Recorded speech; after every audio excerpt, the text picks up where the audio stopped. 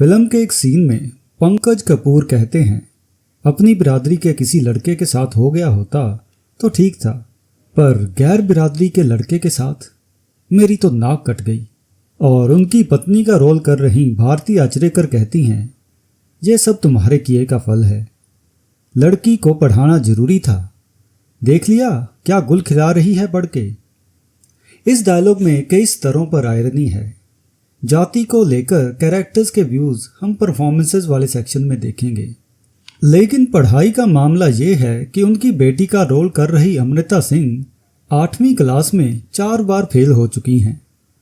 तो ये जो भी है वो पढ़ाई का नतीजा नहीं हो सकता। Hello everyone, rhythms of rhyme के अनफिल्टर्ड टॉक में आज हम ऐसी फिल्म की समीक्षा करने जा रहे हैं जो 1986 में रिलीज हुई थी, चमेली की शादी, जिसमें कॉमेडी, ह्यूमर और ढेर सारा ड्रामा है।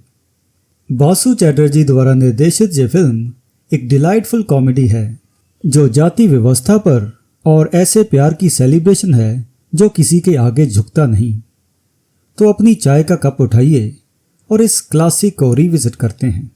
इस फिल्म में चरण दास यानी अनिल कपूर जो एक पहलवान बनना चाहते हैं, मस्त राम पहलवान यानी ओम प्रकाश से ट्रेनिंग लेते हैं जो ब्रह्मचर्य का प्रचार करते हैं। अपनी कुश्ती की महत्वाकांक्षाओं में मगन चरण की दुनिया तब बदल जाती है जब वह चमेली यानी अमृता सिंह से मिलता है, जो कोयला व्यापारी कल्लू मल यानी पंकज कपूर की तेज तर्रार और बेबाक बेटी है। प्यार होता है, लेकिन इंटरकास्ट रोमांस को दोनों परिवारों का कड़ा विरोध झेलना पड़ता है। चमेली के माता पिता उसे घर में बंद कर देते हैं और उसकी शादी अपनी पसंद के लड़के से तय कर देते हैं। मदद के लिए चरणदास वकील हरीश यानी अमजद खान के पास जाता है, जो उनके प्यार को सपोर्ट करते हैं और एक प्लान बनाते हैं। दोस्तों की मदद से चरणदास चमेली को भगा लेता है और दोनों हरीश के घर पर शादी कर लेते हैं। क्लाइमैक्स में दोनों परिवार शादी को रोकने पहुंचते हैं, लेकिन देर हो चुकी होती है। हरीश अपनी चतुराई से दोनों परिवारों को आशीर्वाद देने के लिए राजी कर लेते हैं।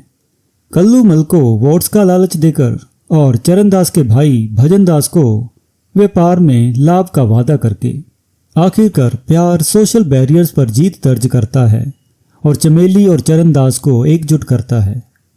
तो चलिए अब बात करते हैं उन शानदार कैरेक्टर्स की जिन्होंने इस फिल्म को अनफॉरगेटेबल बना दिया है। पहला किरदार चरणदास, एक प्यारा और मासूम पहलवान जिसकी ऑकवर्डनेस और इनोसेंस आपको उससे प्यार करने पर मजबूर कर देगी। उसे रेसलिंग के सपनों और रोमांटिक एस्पिरेशंस के बीच जगलिंग करते देखना एक ट्रीट है। वह अकेला कैरेक्टर है जिसकी पर्सनैलिटी में कोई बड़ी खामी नहीं है। और अब बात करते हैं अमृता सिंह यानी चमेली की। चमेली यहाँ असली स्टार है, एक बोल्ड, जिद्दी और बेबाक लड़की जो जानती है कि उसे क्या चाहिए। लेकिन जब उसका एक दूर का रिश्तेदार उसके अफेयर की शिकायत उसके माता पिता से करता है, तो वह ना सिर्फ उसकी पिटाई करती है बल्कि उसकी पत्नी के लिए अब्यूसिव लैंग्वेज का इस्तेमाल भी करती है और इल्ज़ाम लगाती है कि उसका मोहल्ले के लड़कों के साथ कुछ इलिसिट चल रहा है। यह रिएक्शन उसकी माँ के वायलेंट रिएक्शन से अलग नहीं है, जब वह उसके अफेयर के बारे में जानने के बाद उसे थप्पड़ मारती है और कमरे में बंद कर देती है। माँ और बेटी दोनों औरतों के व्यवहार को पैट्रियार्कल नज़रिए से ही देखती हैं। और अब बात करते हैं अमजद खान की यानी एडवोकेट हरीश, एक समझदार, शांत और रिसोर्सफुल वकील। हरीश इस केओटिक लव स्टोरी में यंग कपल को जेंटली गाइड करते हैं। वे एक ऐसी दुनिया में रीजन की आवाज़ हैं जो प्रेजुडिस और मैडनेस से भरी है, लेकिन वह एक ट्रिकस्टर के रूप में सामने आते हैं जो चरणदास और चमेली की शादी करने में मदद करता है। तो वो एक डायलॉग में कहता है, भैंस उसी की होगी जिसके पास लाठी है। महिलाओं के बारे में ऐसा विचार व्यक्त करना उन्हें लिबरल व्यूज रखने वाले व्यक्ति के लायक नहीं बनाता। और फिर वह दोनों परिवारों को फाइनेंशियल और पॉलिटिकल बेनिफिट्स का लालच देकर इंटरकास्ट मैरिज के लिए मना लेता है। हालांकि ऐसा ना करने से उनका कैरेक्टर हमें उपदेश देता हुआ नजर आता। फिर भी हरीश का कैरेक्टर हमें यह दिखाता है कि पैट्रियार्की और कास्ट सिस्टम खुद को बदल सकते हैं जब उन्हें किसी स्थिति से फायदे का एहसास होता है। हरीश जैसे कैरेक्टर्स पसंद करना अगर इस फिल्म में नहीं तो हमारी पर्सनल लाइफ्स में खतरनाक हो सकता है। और अब बात करते हैं चरण दास के गुरु मस्त राम पहलवान की, यानी ओम प्रकाश। वो पूरी फिल्म में अपने चेलों को ब्रह्मचर्य का पाठ पढ़ाते हुए दिखते हैं और एक रूढ़िवादी विचार को बार बार रिपीट करते हैं कि नारी नर्क का द्वार है। लेकिन वह हमें तब चौंकाते हैं जब वह चरण दास और चमेली की शादी में अपने चेलों के साथ सिक्योरिटी देने का काम करते हैं। और अब नजर डालते हैं चमेली और चरण दास के परिवारों के ऊपर। हम पहले ही देख चुके हैं कि कल्लूमल यानी पंकज कपूर का कास्ट डायनेमिक्स को लेकर क्या नजरिया है। जैसा कि हमने इस वीडियो के ओपनिंग डायलॉग में सुना, वह एक सॉफ्ट हार्टेड पिता के रूप में दिख सकते हैं, लेकिन उन्होंने अपनी बेटी की इंटरकास्ट मैरिज के खिलाफ वायलेंस का काम अपनी पत्नी को प्रैक्टिकली डेलीगेट कर दिया है। और जब हल्की मारपीट और धमकियां काम नहीं करती तो वह चरण दास को मारने की धमकी देने का काम छद्म लाल यानी अन्नू कपूर को सौंप देती है, जो कि रिश्ते में उनका भाई लगता है।